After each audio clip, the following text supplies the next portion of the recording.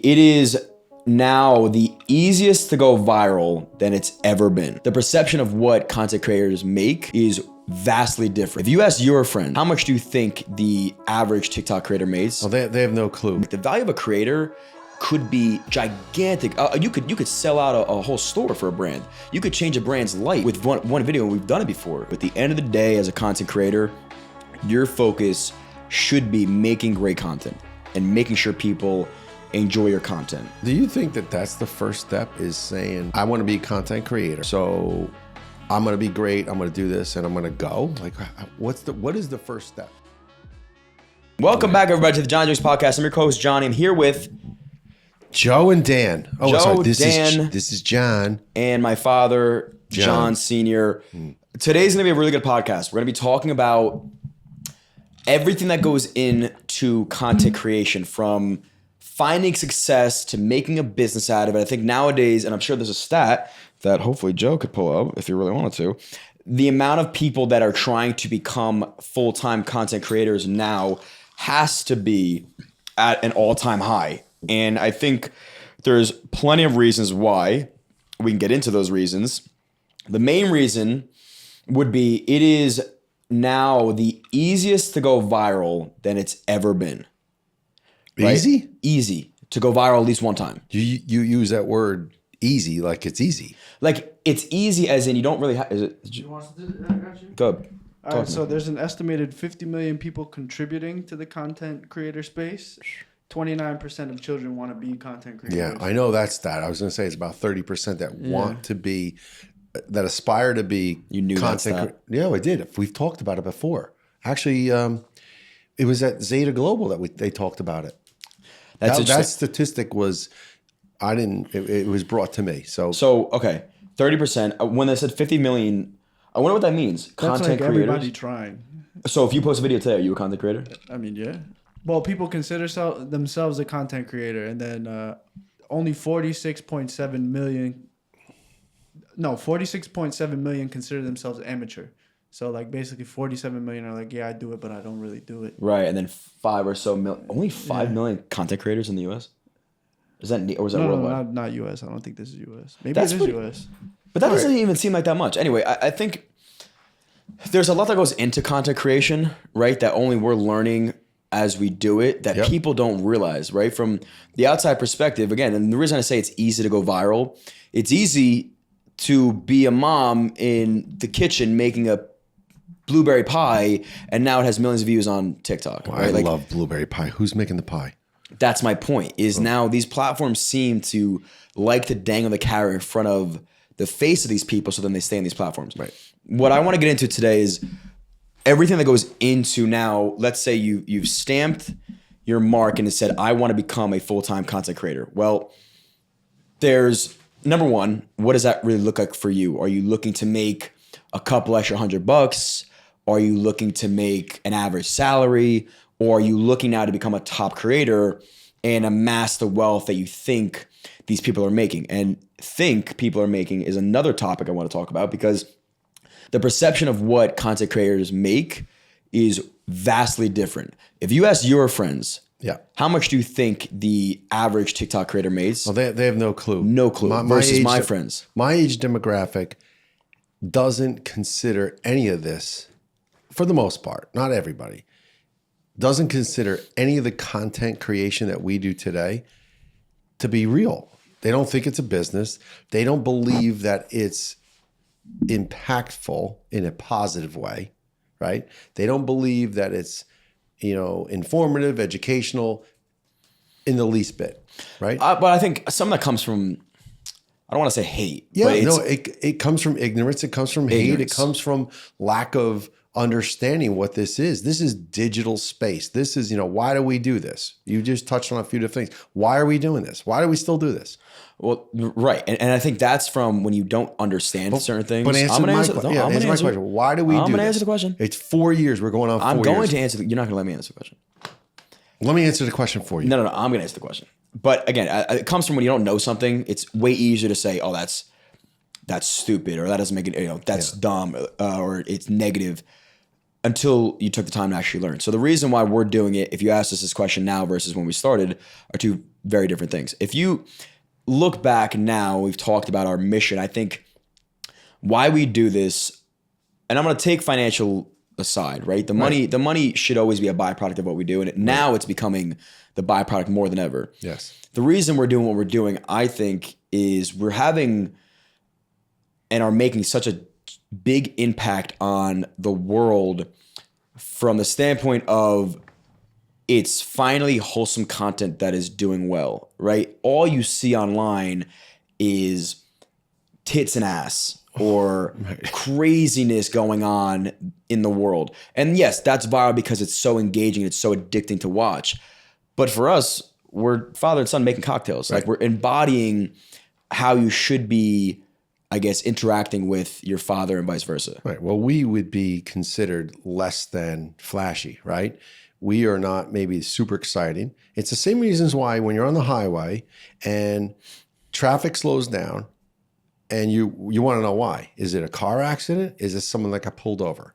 Whichever, you slow down to watch because people want to see a train wreck. And that's unfortunate because in that context of wanting to see something, someone's hurt potentially. Someone's maybe died. And that's not, there's nothing good about that. So social media is flooded with a lot of that same train wreck stuff, right? Now, here we are doing what we are for the past 4 years now, bringing what we feel is comfortable content that has a relative relevance and a space. And to your point, money's the byproduct. This is a business now differently than when we first started. And there is expense to it. And because there's expense to it, like this podcast that we have now, and there's crew members that need to get paid and, downtime involved with those who edit it and then reproduce and edit again and put it on other platforms. All of that comes at a cost. So how do you offset those costs? You've got to get brand sponsorships. You've got to get people that want to buy into your content and say, yeah, we want good alignment, right? So that synergy, and that helps provide the platform for us to just keep doing it, right? Yeah. Look, I mean, there's more creators are making more money than just to offset their costs, but there are creators that are just making money to have fun, to keep moving forward.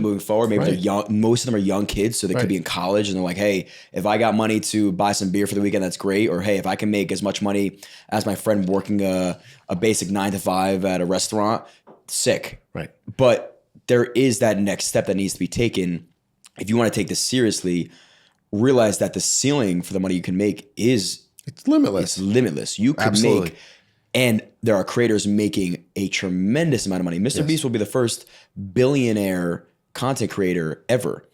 But the funny part about Mr. Beast is the amount of money he spends on his videos is so crazy. He'll spend a couple $1,000,000 on a video. Nah. Well, that's good for him. That's why he's the best. And good for him, but good also to point out and note that, that's the elite of the elite. Yeah. Right? And that's cool to consider in today's world that's possible. But in tomorrow's world, it may level itself out. That may not, you can still make a lot of money, but you may not be able to accomplish the things that he's accomplished because he's a pioneer. He's on the forefront and people are following the momentum maybe that he's creating. Well, I think, right. And you understand what I mean? Well, that's why, that's what I'm saying. Like when he says, you should make a thumbnail that looks like this. Now, every thumbnail you see right now, he's pretty much pioneered that look because he is now the staple of what does well on YouTube. Because now what happens is Mr. Beast does something, YouTube optimizes it, everybody looks at that and says, I have to now do that. And now everybody's copying what Mr. Beast does. So when you become the staple, I think what tends to happen, unfortunately, in this space, and again, we're going to get into all this, is unlike an athlete, right? You watch Deion Sanders and you listen to him speak. It's motivating, it's engaging, it's great. I know I'm not going to go play football and baseball at a professional level ever in my life, ever. So I'm okay with that. And I can watch him and there's a reality to that. Whereas Mr. Beast, there's a reality that we could be. You're still that chance. And every day you fall a little bit short, and we talked about it with Brian Callen, you start to feel bad or down about yourself. And I think creators have to realize just because you're not at Mr. Beast's level doesn't mean you're not doing a great job. And you could be having a great impact on this world. You don't need to have billions of followers to do it. Well, so that's the very interesting point. You brought up Deion Sanders. The Deion Sanders that you hear today is completely different from the young man that played college and professional football. Okay. The sound bites, I don't even need to hear them from when he played, because what he would say and his actions and the things he did were so outlandish, but yet he backed it up, was like, wow, this guy's crazy enough to be that good. You know, he wasn't a Hall of Famer when he was doing it. And the first year that he did it, people weren't like, oh, this guy's going to be a Hall of Famer. You got to repeat it. Yeah. You got to keep doing it over and over again. And so I grew up, he's the same age as me, right? Now I listen to him. He's a mature, very spiritual, very well-grounded man who's a father, who's a religious follower. He's got all of those things that I would love to sit down with him one time and have a conversation. But the reality of it is that persona you see today is very different than the young person that was the athlete. Right. So he had it in him as an athlete. Well, he's got the gift, the skills, and the athleticism that, I mean, very few people have to be able to play two sports and go the length and the distance that he did. Yeah. It's almost like a chicken and egg thing. Like, is he the way he is because he's such a freak athlete, or is he a freak athlete because he believes in himself? I think he's a freak athlete because he was born with a gift, and twofold, he has a passion and a commitment to actually trust him and believe in what he envisions.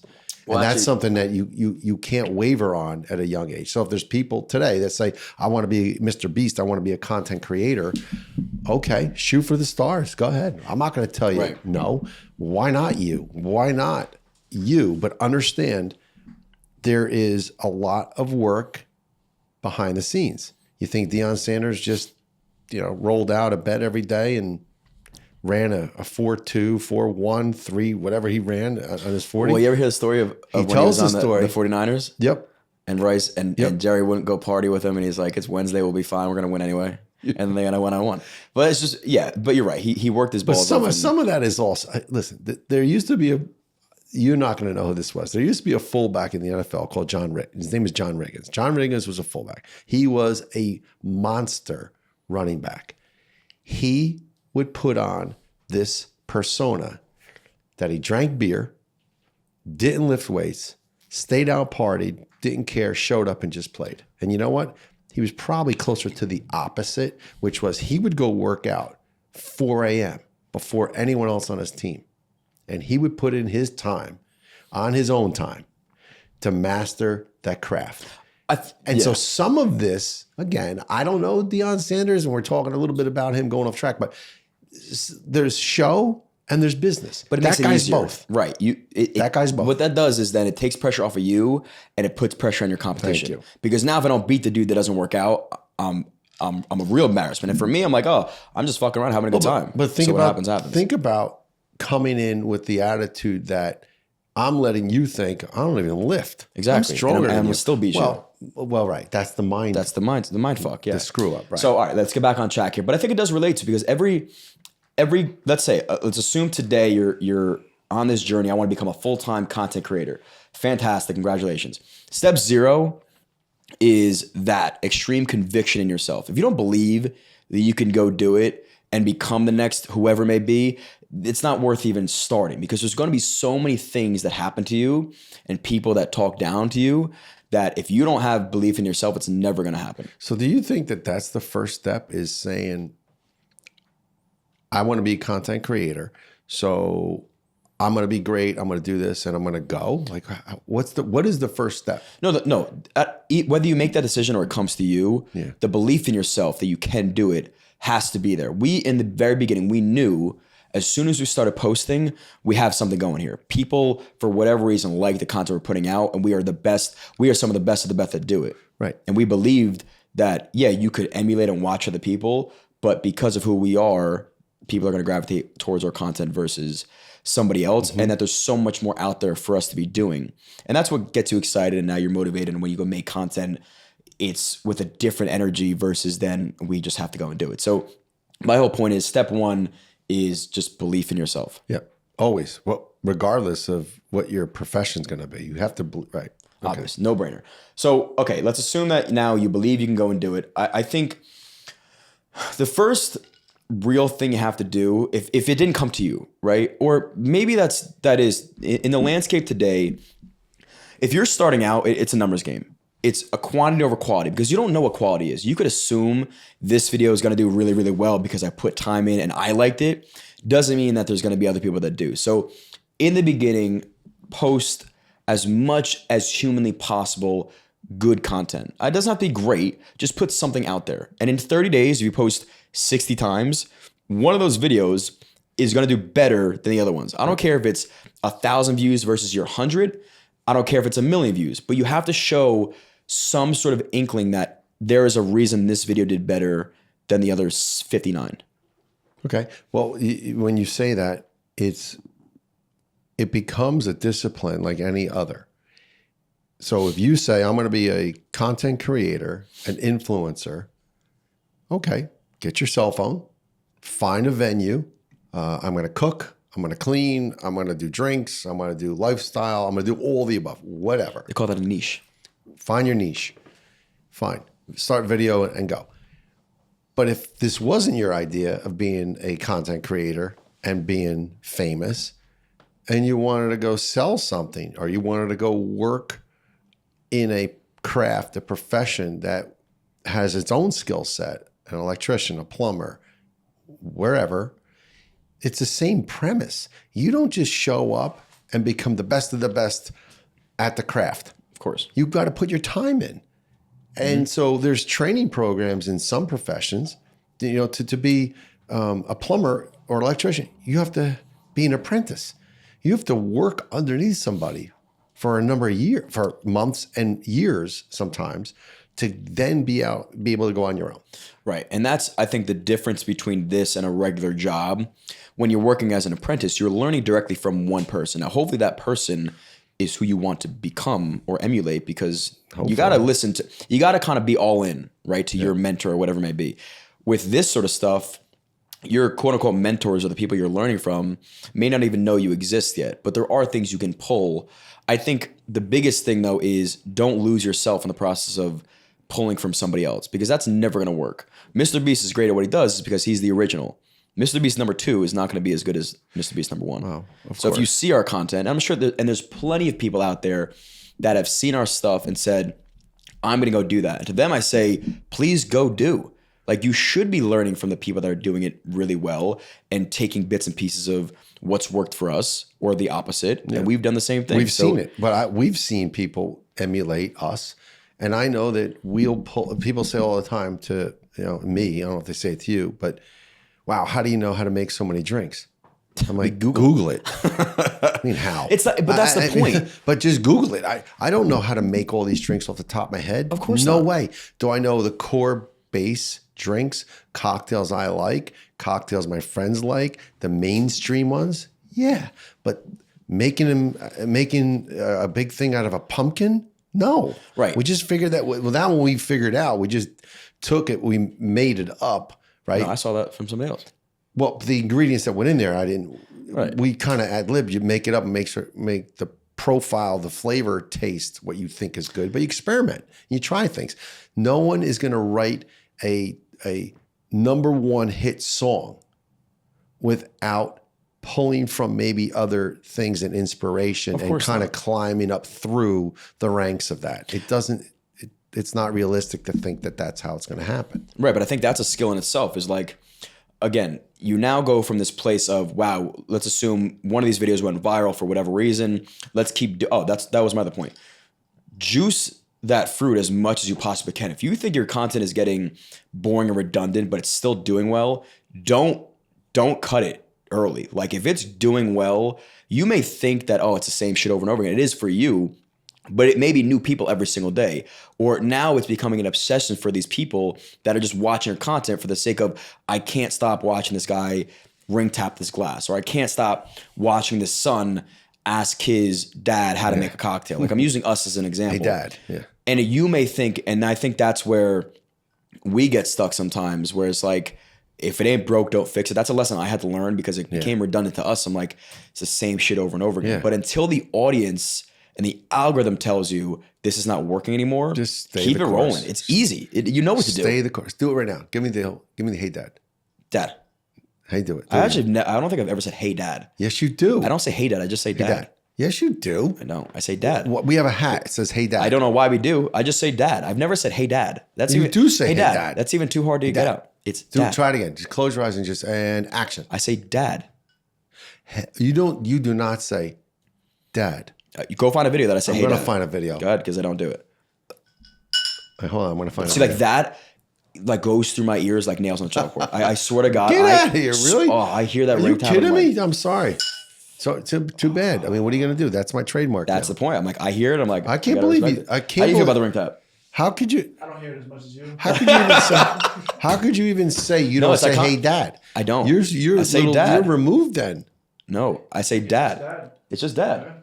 Dad, how do you tie? Find one. I'm gonna find one. Anyway, so you talk. I want to. Well, that's a good point, right? So you're finding it.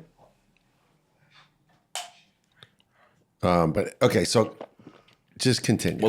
That's okay. That was alluding to my next point. Find what is working for you, but like find little things that people then pick up on. Because what you really want to start happening, I think you want to be known for a thing as well as your name. So they may not know you, right? But they see you on the streets or they see your video as they're scrolling, and there's the hey dad guy, or there's the ring tap guy, or there's the seltzer guy. Like, be known for something because now you stand out of the crowd, right? It's just dad. It's not hey dad. You can go back to the earlier ones. It's definitely. It's not. What's funny is it is just dad. Thank you. But in the comments you said hey dad. I know. In the comments I write it out as hey dad. But again, these are things that we have to just stay consistent with, because trends will come and go, right? Like, it's these ebbs and flows of if you hit the algorithm the right way or not.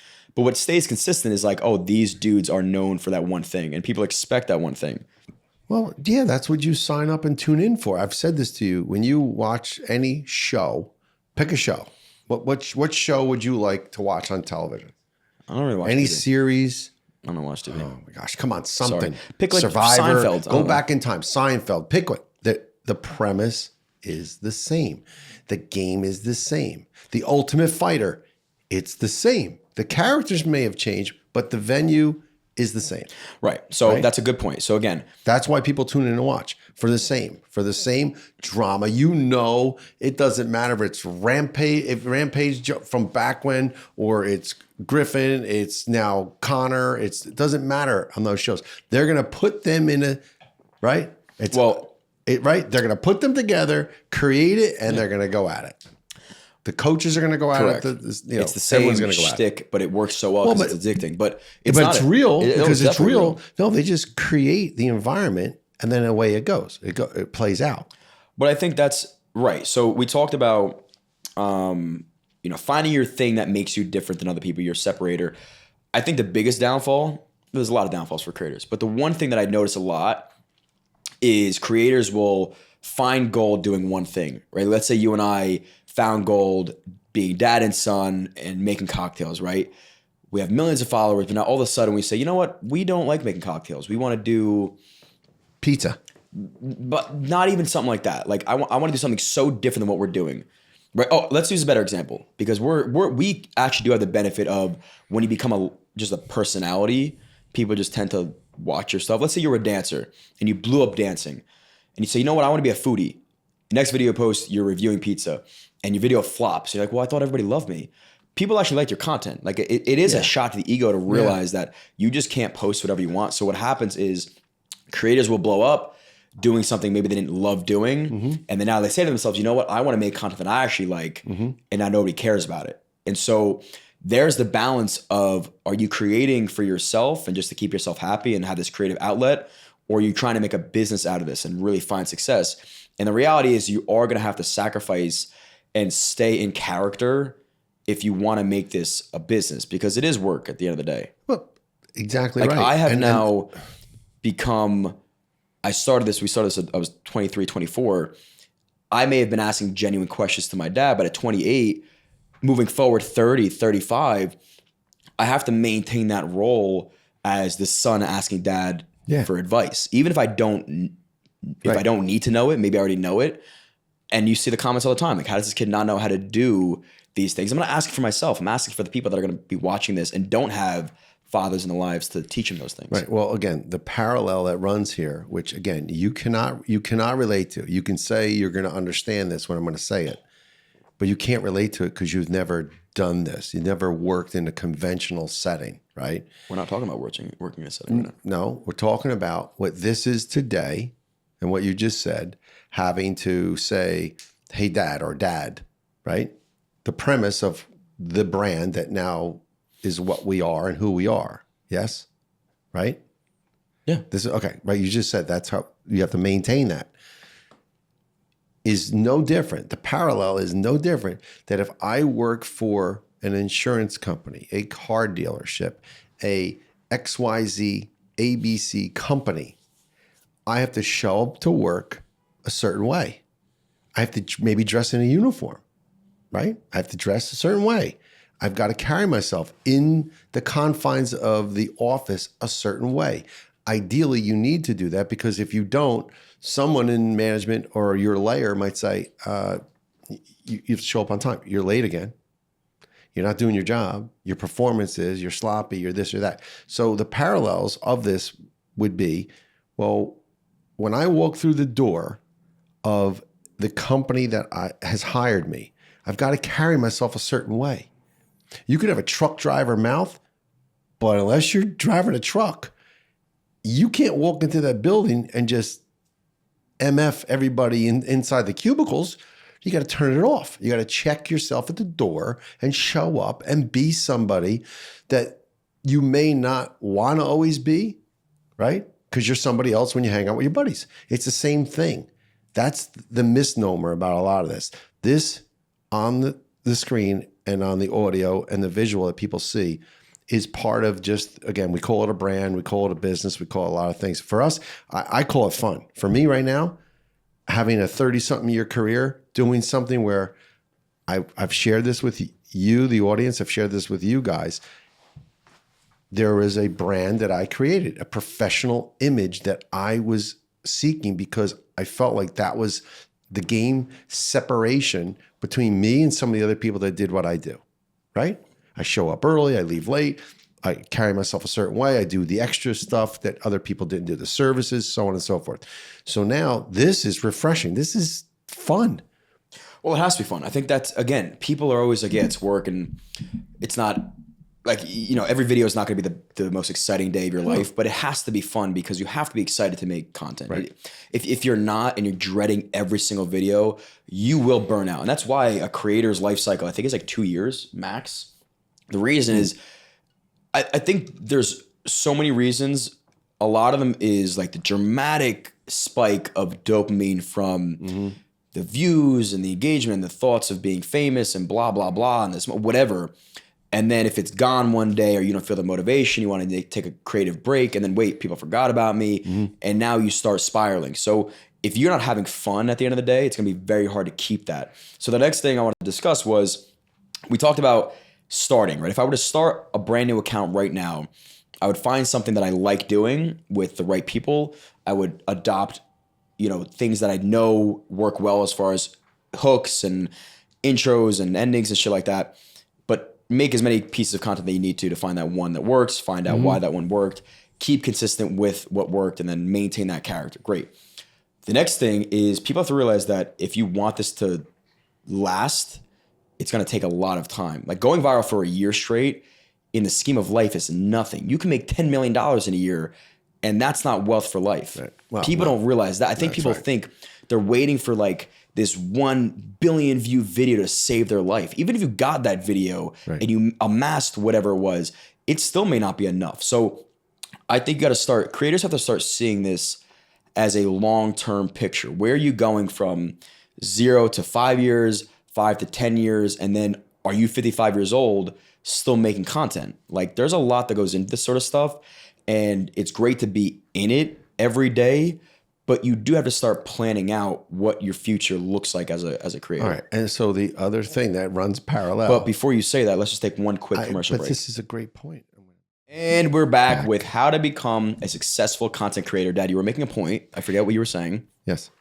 You were talking about how, this is a long play. This takes time. Game. The highs are the highs, the lows are the lows, right? The inconsistencies of the videos. Correct. And their views.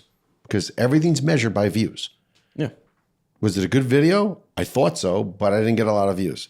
Well, that's another thing that we are talking about is how to become a successful content creator. You got to really identify what does that look like for you, because there's a different approach to this. If you just want to go viral and you don't care about making money and you don't care about doing things tangibly, then your content strategy is going to be very different. Whereas if you're looking to use your videos as a top funnel to then an eventual sale to a course or a product or to drive traffic to a restaurant, it's all different strategy. Okay. So identify that first. I that's fine. I agree with that. That's picking your lane. That's finding your comfortable space and the place that you enjoy from which it comes. Correct. Yes. Okay. I guess my sentiment around your comment with regards to that is simply this. In the other part of the world, I don't want to say the real world because that sounds a little condescending to what this is. This is real. Content digital creation is real, and the impact and influence it has on movement, on people, on advertisers, and all the like is real. But the other place that people work day in and day out, I'll use sales as an example. You want to talk about the highs and the lows? It's not based on views. It's based on commissions. It's based on a sale for some people. There are so many parallels.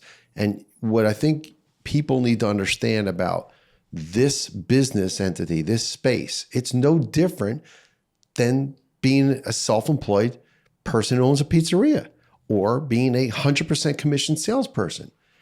It's the time you put into it, how passionate you are about it, how you plan and prepare and carve out and vision and commit to it that dictates whether it's going to work. Same thing, same exercise, same disciplines. This is a vessel that's different. When you think about, when you mention some of the things about the views and how to monetize it and the growing pains of a business and the emotional parts that weigh on you, I relate to being in a sales environment, which is the same thing. Wow, I had a great day. I got a sale transaction. Great. Tomorrow, nothing. Day after, nothing. Next week, nothing. It could go dry for a while until you get your next sale. And then you have a month that's one's better than the next. And it's a constant up and down. But if at the end of the day, you know you like selling cars, selling insurance, financial planning, selling mortgages, selling whatever you sell a widget. I don't care, whatever it is. If you enjoy it, stay the course, right? Be disciplined, continue to work on and evolve and get better. Over time, you're going to reap the benefits of that. It's the same. It's the same practices and disciplines. Well, you're saying it's the same thing. It's not separate. Like you're a salesman. We are Right. We're salesmen for. We're sponsors. I'm trying to. I want the younger people, that 30% that believe that, wow, that's what I want to be. Okay, this is a profession now. I guess this is a category that people all of a sudden can plug into. Great, but understand it's no easier. It's no easier than the other conventional stuff that's out there. No, well, listen, easier is not the word to use because easy is subjective. It's relative to who you're talking to. It may be easier for me to make a video versus a phone call to sell a car, but for the seasoned veteran car salesman, it's easier for him to pick up the phone and call than make a video. Yep. So it's not necessarily like we're comparing one or the other. It's all intertwined. If we're salesmen for. If we're selling something, then we're salesmen. That's my We're point. just selling it a different way. My point is I want those people who would consider doing this to understand.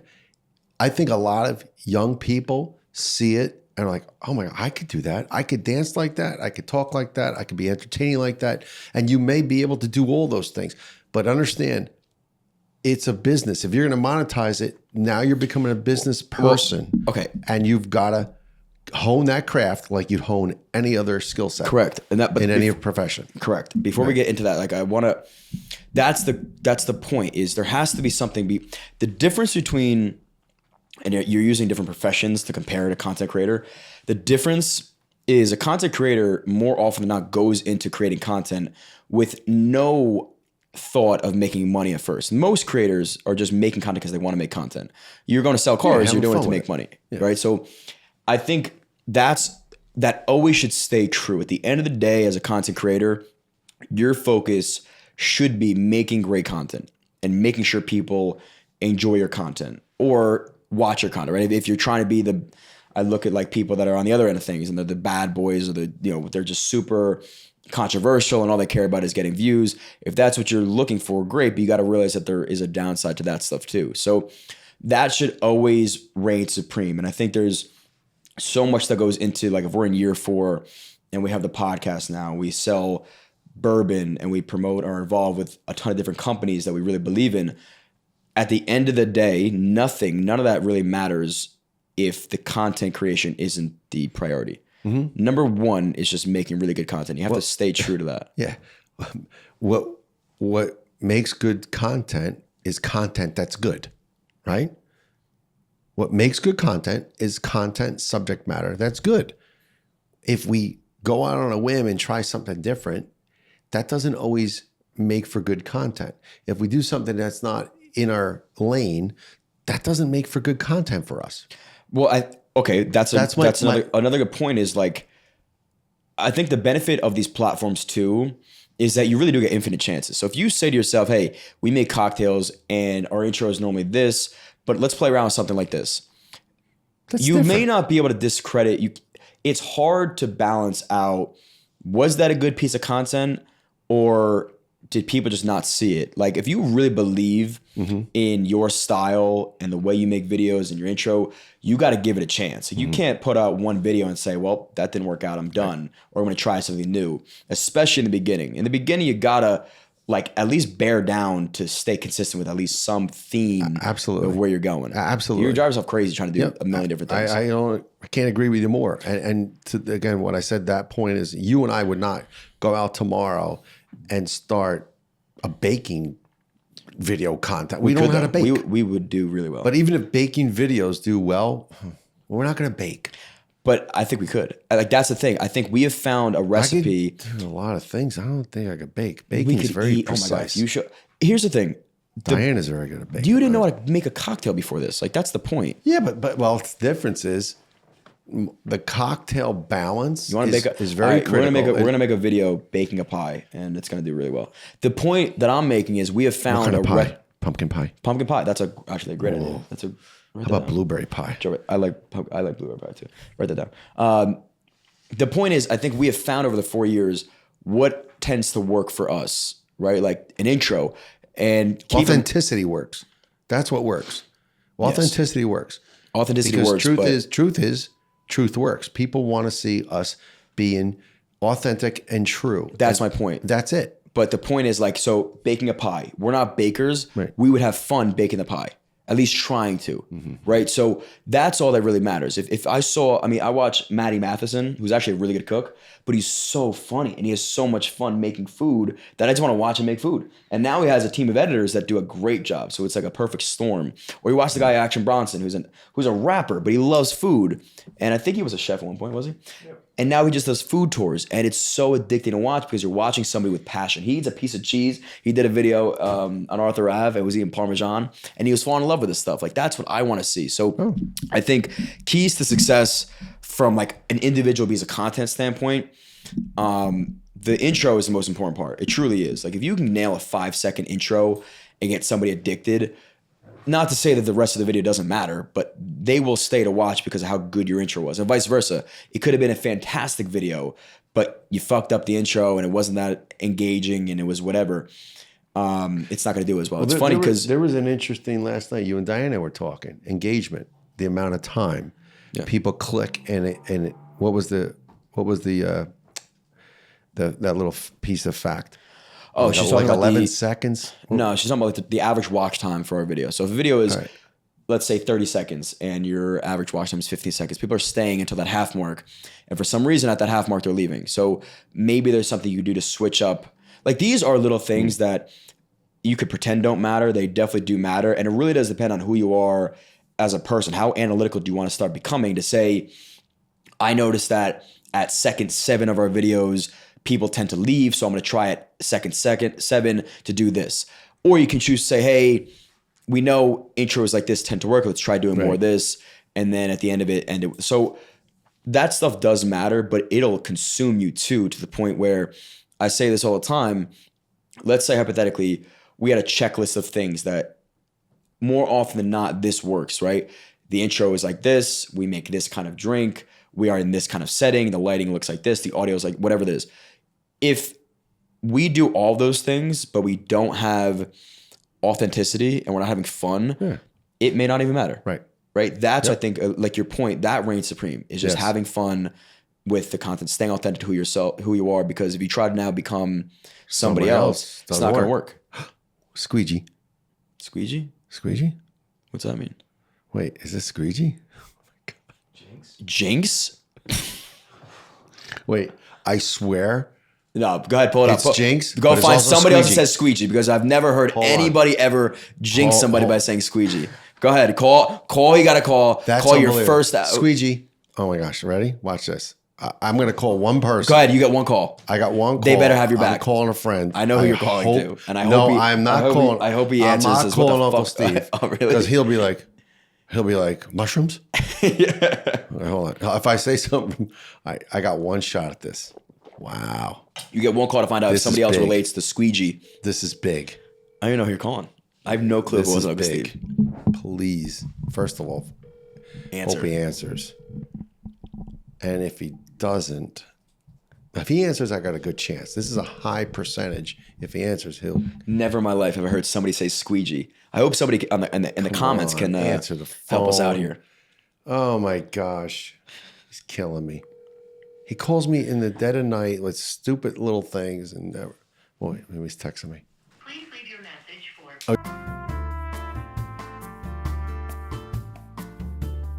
Who was it? Hold Who was on. it? Hold on. Gave out the whole phone number. Oh, sorry. What Delete the that. fuck was that? Sorry. No, he didn't. sorry. He gave his name.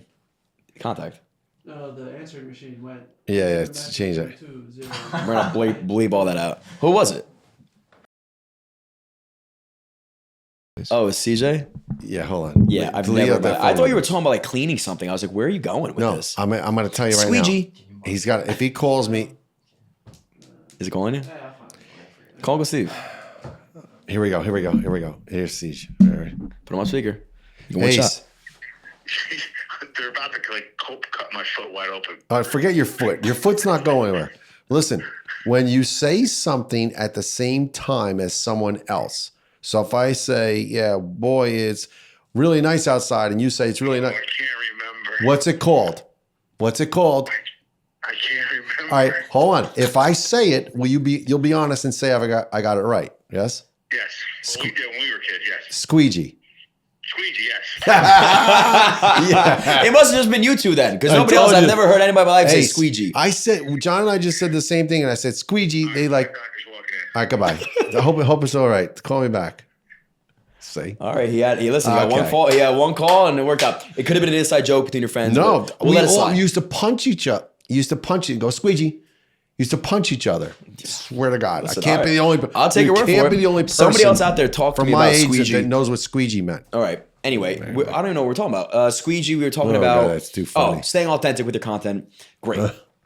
Next thing I want to discuss is when to start monetizing. When to really. So there's a step-by-step normally process that a creator takes to making money. The first money you're going to make is probably going to be the platforms. Like the platform's going to pay you per view, and it's not going to be a lot of money, but you're seeing something come in. Next is going to be free products from people. I think free products comes first, John. Well, it's inevitable. You're going to make something. It may not be a lot of money, but you're making a couple bucks. But we didn't make money first. We had products. most of the platforms back in the day would just pay you to make content. Now they have to like, you need to have a certain amount of, I think on YouTube, you need like 10 million views before you can even start making money. These other platforms make sure you have like 10,000 subs. And it makes sense because again, you can be a mom and go make a pie and get 50 million views. And now you made 100 grand. Right. So they're trying to stop something like that from happening. So anyway, okay. Either or, free products, making small dollars from the platforms themselves, couple $100. Now it's a couple $100, right? How do you go about pricing yourself out? I think that's like the biggest question that creators have. And it's always, oh, well, there's this formula and you have this many followers and this is your engagement rate. It's a game of negotiation. Guessing game. It's a guessing game on both ends. If I say to you, I charge $1,000 for a video and you say, okay, then that's what I charge for a video. If I said $10,000 and you said that's too much. And I said, well, what about $5,000? And you said, okay, well, that's what I charge for a video. I learned progressively based on the feedback that I got from brands, right? Because they were in the game longer than I was. So when I said to them, all right, you're looking for 4 videos, I can do it, or we can do it for this much money. And they were like, oh, okay, yeah.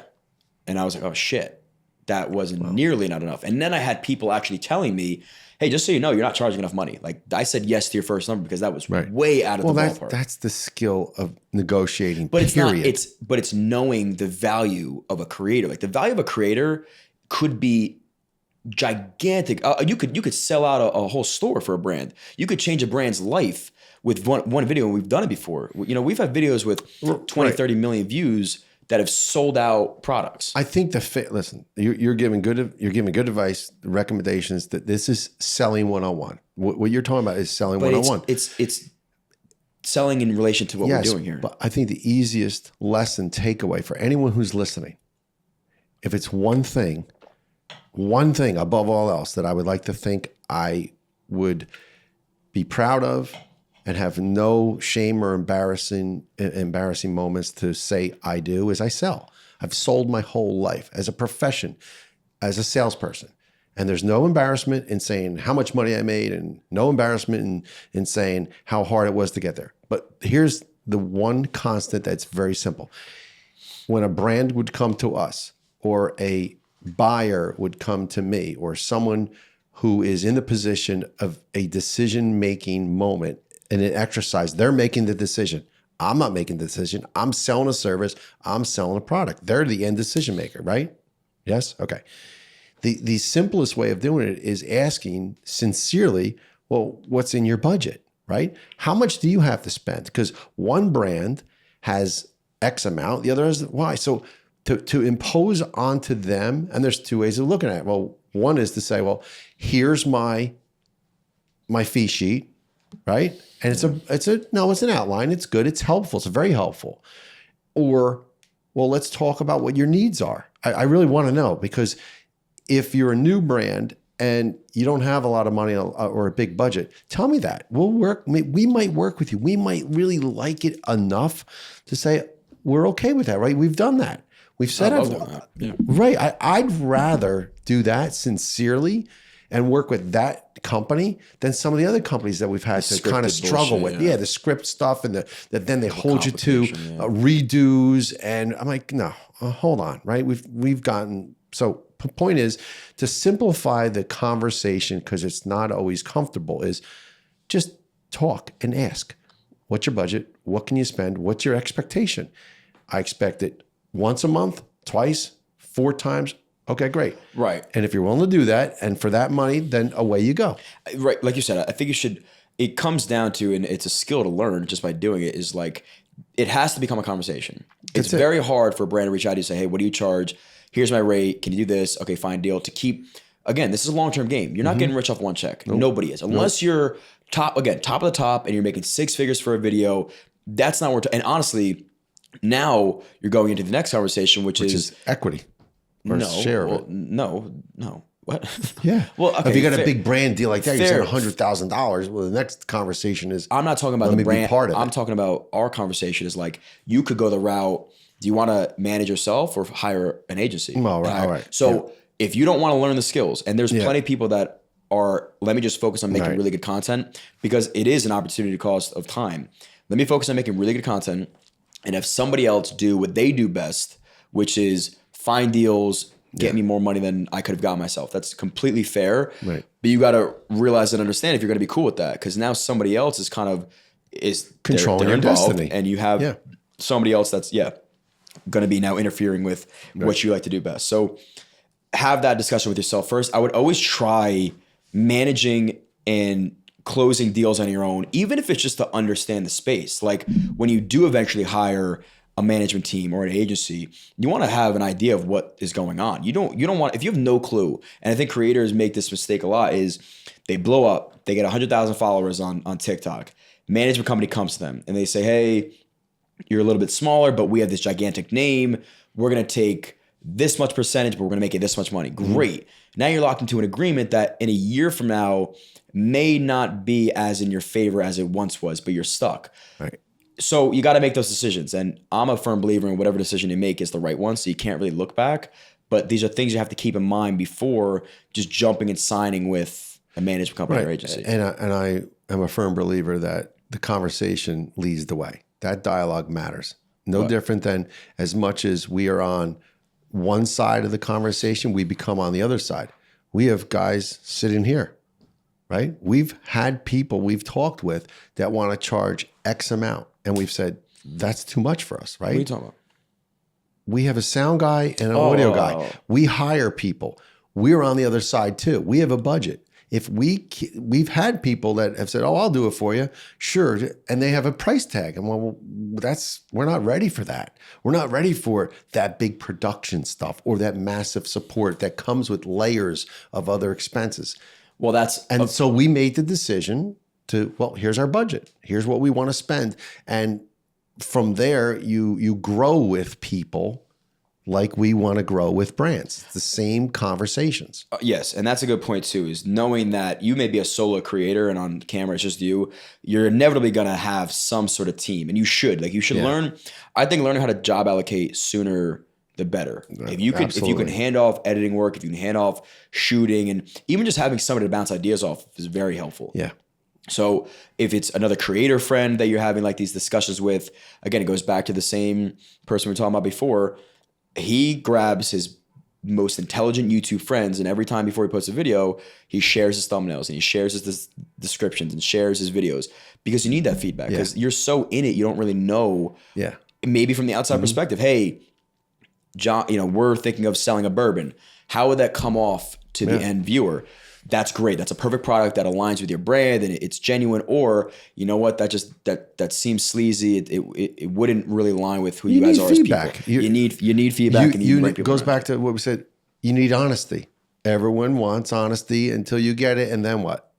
They're an asshole. They're an asshole. But if you can take it correctly and understand it comes from a place of sincerity, then you're not an asshole. You're just being sincere and truthful, and you're checking down your friends. All these conversations we have on these podcasts, they all intertwine. There's all these, shades of similarity and veins that grow through. That's what it is in just existing in life. Right. So, okay, I think we're going really good. We're going in the right direction, step-by-step process of like taking this from infancy of just making fun videos to now this conglomerate and this business that this empire you're looking to build, right? Last two things that I wanted to mention, which now I'm drawing a blank because I'm going to blame Dan for this one.